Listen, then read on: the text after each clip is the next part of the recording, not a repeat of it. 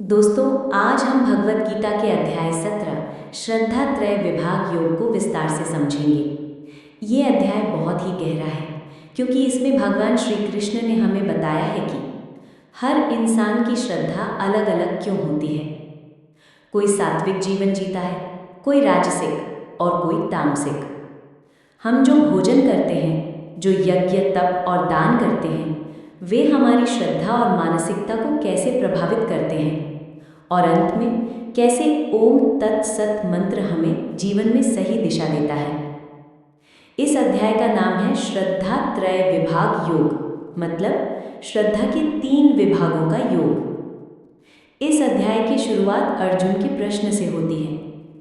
अर्जुन भगवान श्री कृष्ण से पूछते हैं, हे कृष्ण, जो लोग शास्त्रों के आदेशों का पालन नहीं करते लेकिन अपनी श्रद्धा से पूजा पाठ या साधना करते हैं, उनकी स्थिति क्या है? क्या उनकी श्रद्धा सात्विक है, राजसिक है या तामसिक? यहाँ अर्जुन का सवाल बहुत गहरा है क्योंकि दुनिया में हम अक्सर देखते हैं, कोई मंदिर जाता है, कोई मस्जिद, कोई गिरजाघर, कोई साधारण पूजा करता है, कोई कठिन तपस्या, कोई तो बस अंधविश्वास के नाम पर ही पूजा करने लगता है। तो सवाल ये है, क्या हर तरह की श्रद्धा सही है या श्रद्धा के भी स्तर होते हैं? श्री कृष्ण कहते हैं, अर्जुन, हर मनुष्य की श्रद्धा उसकी प्रकृति यानी स्वभाव के अनुसार होती है और ये श्रद्धा 3 प्रकार की होती है। पहली सात्विक श्रद्धा, दूसरी राजसिक श्रद्धा, तीसरी तामसिक श्रद्धा। जिसकी जैसी श्रद्धा होती है वो वैसा ही जीवन जीता है, वैसा ही कर्म करता है और अंत में वैसा ही फल पाता है।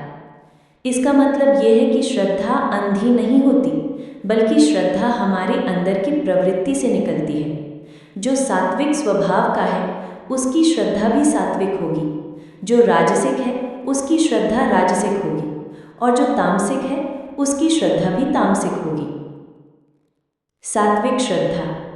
सात्विक लोग अपने ईश्वर को शांति, पवित्रता और भक्ति से पूजते हैं। वो देवताओं की उपासना करते हैं। उनका मकसद आत्मा की उन्नति और सत्य की प्राप्ति होती है। वो पूजा में पवित्र भोजन, शुद्ध आचरण और सच्चाई को महत्व देते हैं। कोई व्यक्ति सुबह उठकर स्नान करता है, ध्यान लगाता है, भगवान का भजन गाता है और दिन भर ईमानदारी से काम करता है। ये सात्विक श्रद्धा है। राजसिक श्रद्धा। राजसिक लोग शक्ति, ऐश्वर्य और भौतिक लाभ के लिए पूजा करते हैं। वो यक्षों और राक्षसों की पूजा करते हैं क्योंकि उन्हें त्वरित शक्ति चाहिए। उनकी पूजा में दिखावा, अहंकार और इच्छाएं ज़्यादा होती हैं। कोई व्यक्ति व्रत रखता है लेकिन मन में यही सोचता है कि अगर मैं ये व्रत करूँगा तो मुझे बड़ा पद मिलेगा, धन मिलेगा, शोहरत मिलेगी। ये राजसिक श्रद्धा है। तामसिक श्रद्धा। तामसिक लोग भूत प्रेत, पिशाच और अजीब गरीब शक्तियों की पूजा करते हैं। वो अंधविश्वास और हिंसा के रास्ते पर चल पड़ते हैं। उनकी पूजा में ज्ञान नहीं होता, बस अंधा विश्वास होता है। कोई व्यक्ति ये मान ले कि अगर वो किसी जानवर की बलि देगा तो उसकी मनोकामना पूरी हो जाएगी, या फिर कोई शराब चढ़ाए, मांस चढ़ाए और इसे पूजा माने। ये तामसिक श्रद्धा है। यहाँ भगवान स्पष्ट कर देते हैं कि श्रद्धा हर किसी के पास है, लेकिन श्रद्धा का स्तर इंसान के स्वभाव पर निर्भर करता है और अंत में वही श्रद्धा उसके जीवन का मार्ग तय करती है। आज की दुनिया में भी हम यही देखते हैं। कोई इंसान मंदिर जाकर सिर्फ भगवान को धन्यवाद करता है, सात्विक श्रद्धा। कोई इंसान पूजा करता है सिर्फ इस सोच से कि मेरी परीक्षा पास हो जाए, बिजनेस बढ़ जाए, राजसिक श्रद्धा। और कोई इंसान तांत्रिकों के पास जाकर झाड़ फूंक कराता है, तामसिक श्रद्धा। भगवान श्री कृष्ण यही समझाना चाहते हैं कि श्रद्धा की दिशा ही इंसान का भविष्य तय करती है। आज का सार, हमने श्रद्धा के 3 विभागों को समझा। सात्विक श्रद्धा, जो शांति, पवित्रता और भक्ति से जुड़ी होती है। राजसिक श्रद्धा, जो शक्ति और भौतिक लाभ के लिए होती है।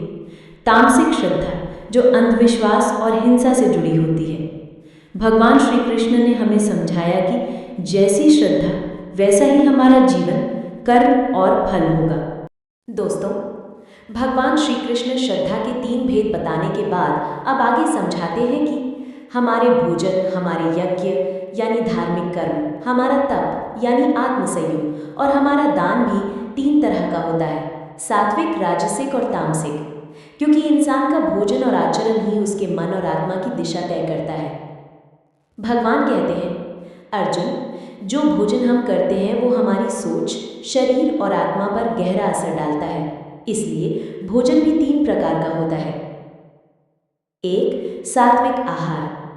सात्विक आहार वो है जो जीवन को लंबा करे, मन को शुद्ध करे, स्वास्थ्य को बढ़ाए और सुख शांति दे। ऐसा भोजन है रसयुक्त यानी ताज़ा फल सब्जियां, तेल रहित, हल्का, सात्विक अनाज, दूध, शहद, घी, फल, मेवे। ये भोजन मन को शांत और बुद्धि को निर्मल बनाते हैं।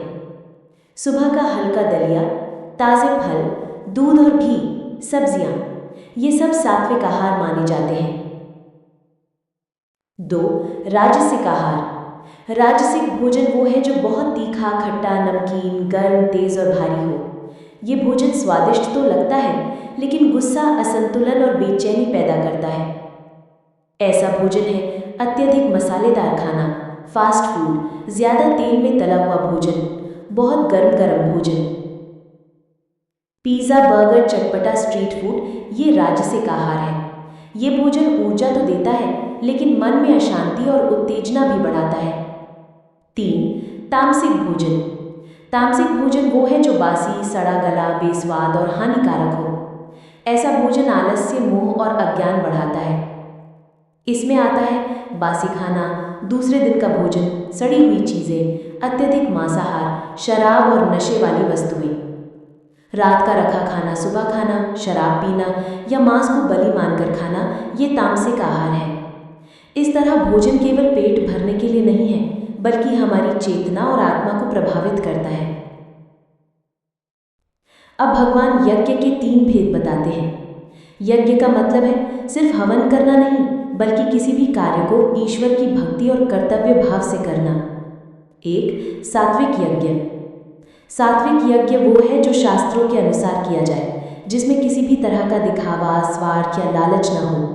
ये केवल ईश्वर की प्रसन्नता और कर्तव्य पालन के लिए होता है। कोई व्यक्ति गुप्त रूप से दान करे, बिना दिखावे के पूजा पाठ करे या समाज के लिए निस्वार्थ सेवा करे, ये सात्विक यज्ञ है। 2. राजसिक यज्ञ। राजसिक यज्ञ वो है जो दिखावे और फल की इच्छा से किया जाए, जैसे कि अगर मैं ये पूजा करूँगा तो मुझे दौलत मिलेगी, अगर मैं ये व्रत करूँगा तो मुझे ऊंचा पद मिलेगा। यहाँ भक्ति का लक्ष्य नहीं है, बल्कि फल की चाहत है। बड़े बड़े आयोजन जहाँ लाखों रुपए खर्च हों, लेकिन मकसद बस दुनिया देखी यही हो। 3. तामसिक यज्ञ। तामसिक यज्ञ वो है जो शास्त्रों के विपरीत किया जाए, जिसमें हिंसा, शराब या अंधविश्वास शामिल हो, या बिना मंत्र, बिना विश्वास और बिना सही नियम के किया जाए। ऐसा यज्ञ न तो पुण्य देता है और न ही ईश्वर को प्रसन्न करता है। बलि देना, शराब चढ़ाना या बिना श्रद्धा और ज्ञान के पूजा करना। तप के 3 प्रकार भगवान आगे बताते हैं। तप भी 3 तरह का होता है, शरीर का तप, वाणी का तप और मन का तप। शरीर का तप देवता, गुरु और माता पिता का सम्मान करना, पवित्रता बनाए रखना, ब्रह्मचर्य और अहिंसा का पालन करना। वाणी का तप मधुर बोलना, सत्य बोलना, कटु वचन से बचना, नियमित रूप से वेद, शास्त्र और प्रार्थना का पाठ करना। मन का तप संतोष रखना, शांत और सरल मन रखना, आत्मसंयम, ईश्वर पर श्रद्धा रखना।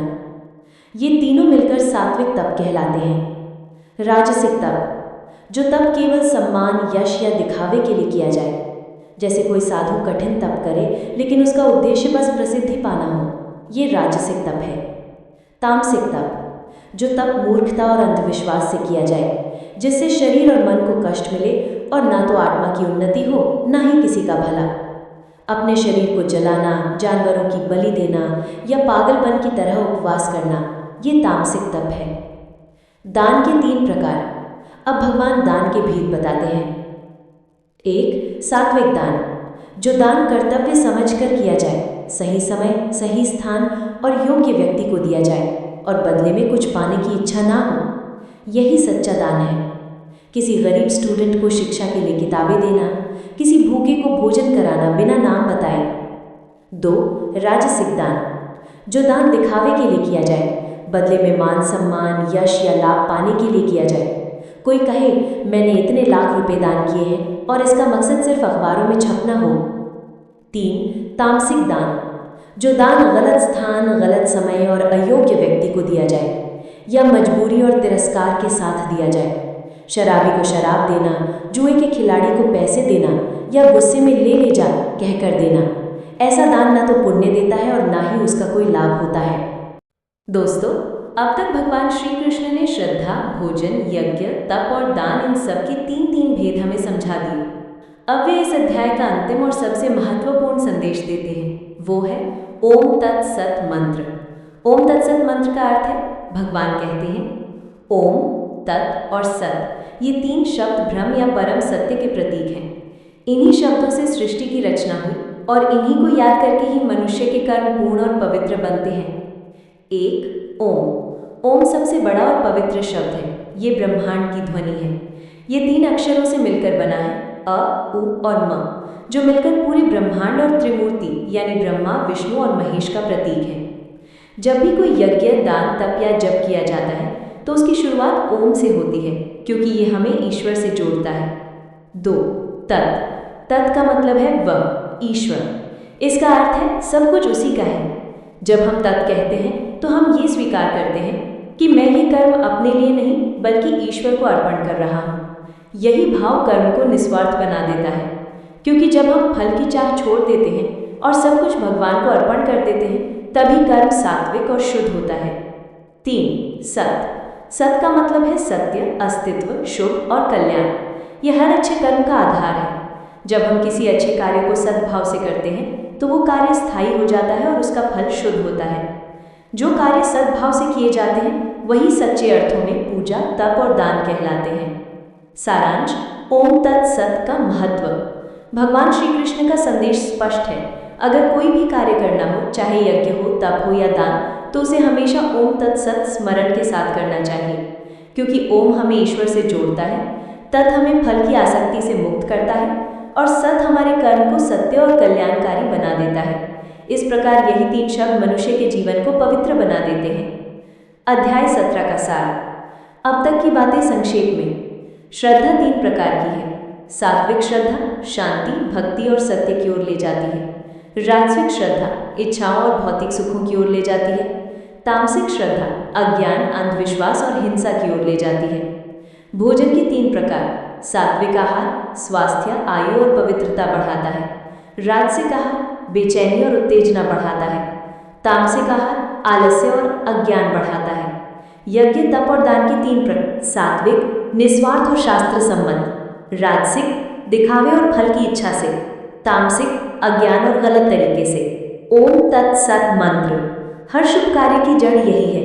कर्म को निस्वार्थ और पवित्र बनाने का यही तरीका है। यही है श्रद्धात्रय विभाग योग का पूरा संदेश। अब सवाल उठता है, हम इस अध्याय को अपने जीवन में कैसे उतारें? हमें सोचना होगा कि मेरी श्रद्धा किस तरह की है। क्या मैं पूजा सिर्फ दिखावे के लिए करता हूँ? क्या मैं अंधविश्वास में पढ़कर पूजा करता हूँ, या मैं सच में ईश्वर की भक्ति और सत्य की तलाश में हूँ? सही मार्ग है सात्विक श्रद्धा, जो शांति, भक्ति और सत्य की ओर ले जाती है। आज की दुनिया में फास्ट फूड और तामसिक भोजन बहुत बढ़ गया है, लेकिन अगर हम सात्विक आहार अपनाएं, ताज़ा, हल्का और पवित्र भोजन, तो हमारा मन भी शुद्ध और शांत रहेगा। याद रखिए, जैसा आहार वैसा विचार। अगर हम पूजा, उपवास, साधना या दान करें तो उसे निस्वार्थ भाव से करें। दिखावे, अहंकार और लालच से बचें। गुप्त दान करें, बिना शोर शराबे के उपवास करें और सेवा करें सिर्फ कर्तव्य समझकर। जब भी कोई अच्छा काम करें तो मन में ओम तत्सत कहें। इससे कार्य ईश्वर को समर्पित हो जाएगा और आपको फल की चिंता नहीं करनी पड़ेगी। यही निस्वार्थ कर्मयोग है। आधुनिक जीवन में संदेश। दोस्तों, अगर हम आज के समय में इस अध्याय की शिक्षाओं को देखें तो ये हमें 3 बड़े संदेश देता है। 1. अंधविश्वास से बचो, यानी श्रद्धा जरूरी है लेकिन उसे ज्ञान और विवेक से जोड़ो। 2. जीवन को सात्विक बनाओ, यानी आहार, व्यवहार और विचार में सात्विकता लाओ। 3. हर कार्य ईश्वर को अर्पण करो, यानी फल की चिंता मत करो, बस कर्म करते जाओ। यही गीता का असली रहस्य है। मान लीजिए 2 लोग भूखे को भोजन कराते हैं। पहला व्यक्ति गुप्त रूप से प्रेम से भोजन कराता है, ये सात्विक दान है। दूसरा व्यक्ति कहता है, देखो, मैंने गरीबों को खाना खिलाया, मेरी फोटो अखबार में छापो। ये राजसिक दान है। तीसरा व्यक्ति गुस्से में कहता है, ले खा ले और निकल जा। ये तामसिक दान है। तीनों ने एक ही काम किया, लेकिन परिणाम और पुण्य तीनों के अलग अलग होंगे। यही इस अध्याय का गहरा संदेश है। भगवान श्री कृष्ण कहते हैं, हे अर्जुन, श्रद्धा हर किसी के पास होती है, लेकिन वो जैसी है वैसा ही फल देती है। इसलिए मनुष्य को चाहिए कि वह अपने भोजन, यज्ञ, तप और दान को सात्विक बनाए और हर शुभ कार्य को ओम तत्सत मंत्र के साथ ईश्वर को समर्पित करे। यही जीवन को पवित्र और सफल बना देगा। दोस्तों, भगवान श्री कृष्ण ने हमें ये सिखाया कि श्रद्धा जैसी होगी वैसा ही जीवन होगा। अगर हम सात्विक जीवन चुने तो शांति, प्रेम और ईश्वर की कृपा अपने आप हमारे जीवन में उतर आएगी। अगर आपको भगवद गीता अध्याय 17 का ये गहरा संदेश अच्छा लगा तो इसे और लोगों तक पहुंचाना आपका कर्तव्य है। इसलिए वीडियो को लाइक और शेयर जरूर करें। और अगर आप गीता और आध्यात्मिक ग्रंथों की ऐसी ही व्याख्याएं सुनना चाहते हैं तो चैनल को सब्सक्राइब करके नोटिफिकेशन बेल दबाना मत भूलिएगा, क्योंकि आगे हम गीता के और भी रहस्यमय अध्यायों को बिल्कुल सरल और जीवन से जुड़े हुए अंदाज में समझेंगे। तो जुड़े रहिए और याद रखिए, ओम तत्सत, यही जीवन का सबसे बड़ा सत्य है।